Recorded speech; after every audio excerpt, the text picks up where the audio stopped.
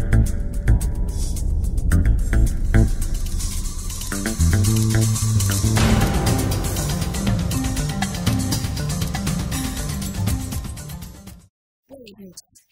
el programa de hoy discutiremos acerca de los efectos negativos de los métodos anticonceptivos. Estos métodos se clasifican en tres. Por un lado, están los métodos físico-químicos, también están los métodos naturales y finalmente lo que serían los métodos folclóricos. Los métodos físico-químicos son aquellos como las píldoras o también las barreras que emiten los herbicidas. También están los métodos naturales que las mujeres pueden controlar con su propio ciclo menstrual.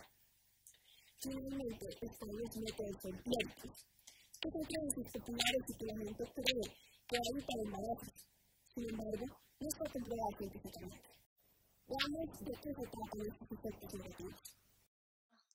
Ya cuando empecé a sentir como malestares, entonces fui al médico, me ordenaron exámenes, efectivamente pues estaba embarazada y como 2 meses y medio perdí el bebé. Consumí 4 pastillas de estas vía uterina y a raíz de todo esto, en el momento de que tocó hacerme el legrado por urgencia, mi útero se rasgó en 2. Porque yo volteé a mirar y eso fue muy feo. Efectivamente, ella con el bisturí estaba limpiando el tubito porque mi piel había cubierto el tubito. Los métodos anticonceptivos son productos médicos que impiden un embarazo, aparentemente durante un determinado tiempo. Surgieron hacia la segunda mitad del siglo XX, con la llegada de la revolución sexual y movimientos feministas en pro de una libertad de decisión o libertad de voz y voto, pero finalmente se le concedió a la mujer hacer con su cuerpo lo que ella decidiera o dispusiera. Con el tiempo se han creado cada vez más anticonceptivos. Hoy existen más de 15 métodos para la no concepción. Según la OMS, entre 1990 y 2012, el uso de anticonceptivos a nivel mundial ha aumentado de un 54% a un 57%. En una escala regional, las mujeres entre las edades de 15 a 49 años que usan algún método de estos ha aumentado no significativamente entre 2008 y 2012. En América Latina y el Caribe ascendió de 64% al 67%. Y siendo así, ¿cuántos más hay para la fecha de hoy? Siguiendo con el informe de esta misma organización, se calcula que en los países en vías de desarrollo, unas 222 millones de mujeres desean posponer o detener la procreación, y aunque algunas no utilizan ningún método anticonceptivo, afirman que la planificación familiar es un derecho de las personas a decidir el número de hijos que desean tener. En la página de la OMS muestran los supuestos beneficios de usar estos productos, con el fin de apoyar la salud y desarrollo de las comunidades. Entre ellas están la prevención de los riesgos para la salud relacionados con el embarazo en las mujeres, la reducción de la mortalidad de los menores de 1 año, prevención de infección por el VIH-Sida, poder de decisión y una mejor educación, disminución del embarazo de adolescentes y menor crecimiento de la población. ¿Y qué dice la doctora Sofía Telles acerca de esto? Pero frente a las enfermedades de transmisión sexual vienen cifras mucho más preocupantes. Por ejemplo, podríamos contemplar la blenorragia. La bacteria que produce la blenorragia mide aproximadamente 2000 nanomicras y estamos diciendo que si el espermatozoide mide 3000 nanomicras y los poros son 50 veces más grandes, es decir, que la enfermedad de transmisión sexual también se puede transmitir. Me voy a datos más alarmantes. El virus del VIH mide 1000 nanomicras. El virus del VPH, que es el virus del papiloma humano, que hoy está en tanta controversia, mide 450 nanomicras. Estamos hablando de más, digamos, son partículas más pequeñas, su tamaño es más pequeño en los virus y las bacterias.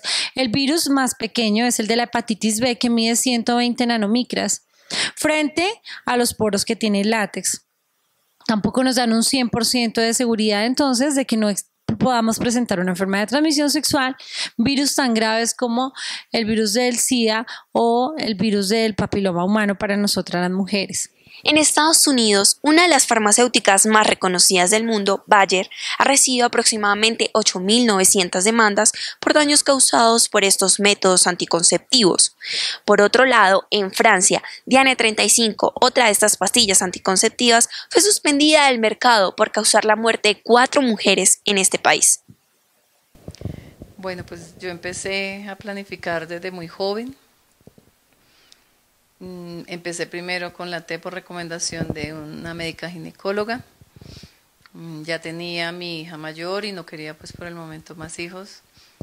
Esto pues fue siempre muy duro porque fueron hemorragias, inclusive al punto de que pues se expulsaba con tanta hemorragia la T de cobre. Tiempo después volví nuevamente a control, entonces la misma ginecóloga me recomendó que empezara con las pastillas. Entonces, con las pastillas definitivamente era un olvido y pues era una preocupación cada mes porque siempre se me retrasaba 1 o 2 días, entonces también le consulté nuevamente a la ginecóloga, ahí fue cuando empezamos con la inyección, que era mensualmente. Llevaba como 1 año con la inyección, cuando quedé en embarazo no sabía, obviamente, seguí aplicándomela como 2 meses. Siempre me llegó un poquito de periodo, como 1 o 2 días, como en una mínima cantidad, entonces pues nunca me imaginé que estaba en embarazo. Siempre nos venden la idea que pues son métodos el 99% efectivos, que no tenía problema.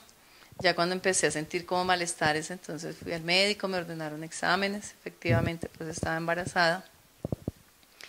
Y como 2 meses y medio perdí el bebé.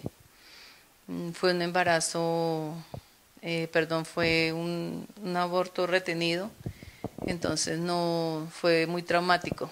Físicamente tal vez en ese momento no hubo secuelas, pero psicológicamente sí, porque fue toda 1 semana con el bebé ahí muerto dentro.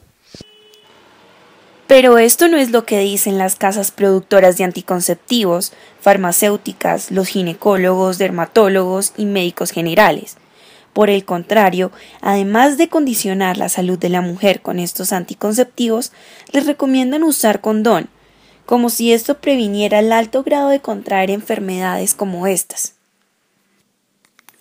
Asesoría de planificación familiar es el nombre de cada una de las palabras que compone Profamilia, que usa para convencer a sus clientes de que ellos se hagan ricos, mientras le recomiendan dañar el sistema reproductor femenino de la mujer. ¿Qué pasa? Todas ustedes están preguntando por métodos de planificación temporales. ¿Cuáles son los métodos temporales? Son los métodos que no nos van a dejar estériles. Lo que nos van a hacer es que nos van a disminuir la fertilidad mientras los usemos. Cuando dejemos de usarlos vamos a recuperar nuestra fertilidad casi que inmediatamente y pues ahí podemos quedar embarazadas. Vamos a empezar a hablar de los métodos hormonales. Con esos es normal, con cualquiera de los hormonales, que son varios, es normal que se nos puedan llegar a presentar algunos efectos secundarios, que cuáles podrían ser: dolor de cabeza, mareo, ganas de vomitar. Podría pasar que algunos métodos hormonales, como los que ponen en el brazo o las inyecciones, puedan volvernos el periodo irregular. ¿Qué significa? Que el periodo se puede adelantar, se puede atrasar, que no llegue o que llegue más. Eso es normal y no tenemos que preocuparnos. Es muy importante que tengan en cuenta que ningún método engorda ni adelgaza por sí solo, esos son mitos. Lo que nos puede llegar a pasar con algunas hormonas es que se nos aumenten las ganas de comer o que se nos disminuyan. Dentro de las pastillas anticonceptivas también están las emergentes, o más conocidas como la pastilla del día después. Ellos dicen que no genera infertilidad, pero ¿qué tan cierto es? Yo los consumí a raíz de que tuve una muerte fetal en mi vientre, se me murió un bebecito hace 2 años. El médico del hospital me mandó a consumir misoprostol. Como ustedes ya conocen, este medicamento es un medicamento de venta libre en todas las droguerías. A cualquier niña se lo venden como píldora del día después. Yo tuve que consumirla por necesidad, porque realmente mi bebecito se había muerto en el vientre y el daño que hizo en mí fue grandísimo. A raíz de que mi bebecito pues había muerto, los médicos me mandaban a consumir estas pastillas, mi útero sufrió mucho, igual no se dilató, no pude expulsarlo por sí sola, el útero seguía cerradito, entonces después de muchas luchas en el hospital para tratar de que fuera algo natural, no se pudo. Consumí 4 pastillas de estas vía uterina. Y a raíz de todo esto, en el momento de que tocó hacerme el legrado por urgencia, mi útero se rasgó en 2.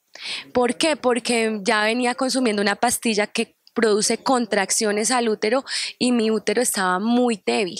Entonces se me rasgó en 2, me vine en hemorragia, estuve al borde de la muerte, perdí más de 3 litros de sangre a raíz de esto. Y cuando vemos un paciente de infertilidad, resulta que cuando tomamos una LEH, que es la que produce los niveles de progesterona para realmente producir una implantación del óvulo, no es adecuado. Entonces son pacientes que inclusive pueden quedar en embarazo y abortan. Son abortadoras habituales por el efecto de esa terapia hormonal que desencadena un desequilibrio a nivel del ciclo fisiológico de la mujer, que en este caso es el ciclo ovárico. Existen también implantes como Norplan o la más conocida Yadel, que se colocan en el brazo de la mujer. Además de presentar los mismos efectos de las píldoras, se pueden presentar complicaciones cuando se retiran, como le sucedió a Fabiola. Que no tiene efectos secundarios, sí, y tiene muchos. Yo tuve mucha náusea, tuve problemas en mi circulación, tuve problemas a nivel de dolor en los senos, todo el periodo se me volvió extremadamente irregular, me daban mareos, se me subió la presión, realmente fue algo muy, ¿cómo se dice? Muy trágica la experiencia con el producto. Más aún la experiencia de querer retirarme el producto. La EPS a la cual yo fui al principio cuando quise tomar el producto, pues fue una maravilla, me dieron la cita, etcétera, etcétera. Pero cuando ya quería retirarme el Yadel de mi cuerpo, fue más o menos como 2 meses tratando de pedir la cita, siempre me dejaban en espera, no me otorgaban la cita. Al quitarme el Yadel, fue una de las cosas más traumáticas que pude haber tenido.